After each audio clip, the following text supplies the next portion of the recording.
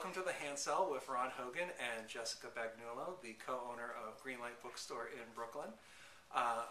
Basically, the deal here is that I get a list of books that somebody has read, and then Jessica and I are going to pick out some books for her to read next.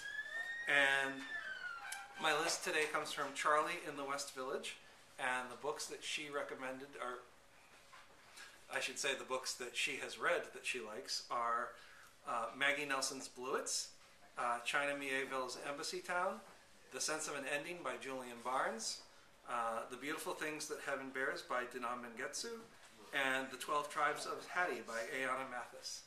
And Jessica, when you get a list like this, what are some of the first things that you do in trying to figure out like what book you would recommend to somebody? This is kind of one of our favorite parts of working in the bookstore. I think probably first I kind of look at the list and see if there's some commonalities, some themes that this person is interested in, or if there's a particular style that it seems like they might be attracted to, and maybe what associations those books spark for me, especially if I've read any of them or if I am familiar with them, kind of what they remind me of. So do you want me to talk about the ones that I picked out? Yeah, what were some of the books that you picked out for Charlie? I picked out first Octavia Butler's Parable of the Sower, which I read not too long ago. Can I show it to the camera so you can look at the cover? Yep. It was an astonishing discovery. She's an African-American science fiction writer, one of not very many of those. Hearing that she was a fan of Ayana Mathis and China Mieville sort of made me make that connection and think that might be something that she would like. It's a dark book and a really thought-provoking and smart one. It seemed like something that Charlie might want to pick up. But it also seemed like a couple of these books were kind of about like families and possibly dysfunctional families and certainly some beautiful writing. So I also picked out Gilead, which is a long time sort of classic favorite, one of the most beautiful books I've ever read. And it's about a man who's dying and writing a letter to his very young child. But it's just something that you come back to over and over again. And everyone that I've talked to about this book counts it among one of their sort of very top books to think about issues like that. And then this is sort of the like wild card, because you never know what is going to strike someone's fancy and really be a great book for them.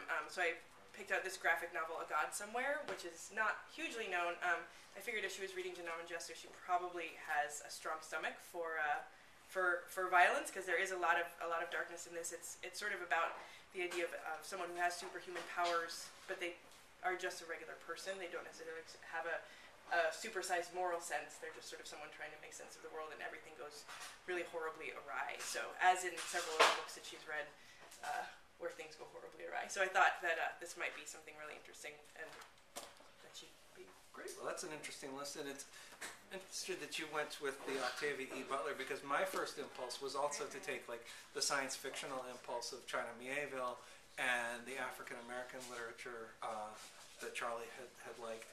And I came up with N.K. Jemison's The 100,000 Kingdoms. It's her debut novel. It's sort of a high epic fantasy that was nominated for a Nebula Award. And it's just this very huge epic sort of novel, but that also gets into some really interesting power dynamics and personal relationships in those dynamics. And the other direction that I took was to, again, looking at the propensity for violence and the elegance of the writing. I actually took two novels by Ian Banks. First, there was the Ian Banks novel, Stonemouth, which just came out, which is a contemporary novel about a 25-year-old Scottish man who is returning to his hometown for the very first time, basically after he'd been run out of town by the local crime boss 5 years ago. And, you know, it gets into why he was run out of town and what it's like for him to come back. But also not just because of the thriller element, but just, you know, as any sort of like 25-year-old coming back home for the first time after going out into the world and trying to make it on his own. There's also an Ian M. Banks, because Ian Banks writes both contemporary and science fiction novels, and with the science fiction he uses the M. And his most recent novel, The Hydrogen Sonata, is a really big sort of sprawling space opera that I thought that somebody who was into China Mieville would like.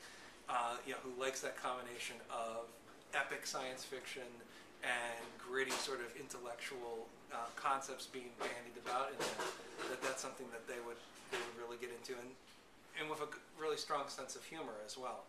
So I think that, you know, there's a lot of good options that in any sort of situation like this, there are a number of different directions that you can take your recommendation, and it sounds like we've come up with a half dozen really good options for Charlie to go for.